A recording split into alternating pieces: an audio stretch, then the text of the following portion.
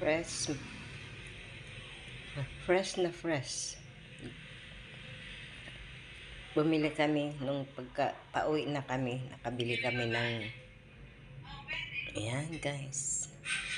Hindi ko alam kung anong luto gagawin ko dyan. Kung sasabawan ko ba o ipiprito ko. Diba?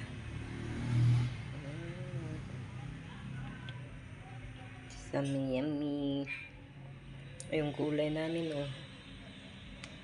Ang dami pa yan, guys. Talong, sitaw, halo-halo na yan. Ang palaya. Ganyan dito sa probinsya. Kakakain ka ng fresh. Diba? Linaw-linaw pa ng mata. 100 lang yan, guys. Kalahating kilo. 246, 100. Ayun lang, guys. Thanks for watching.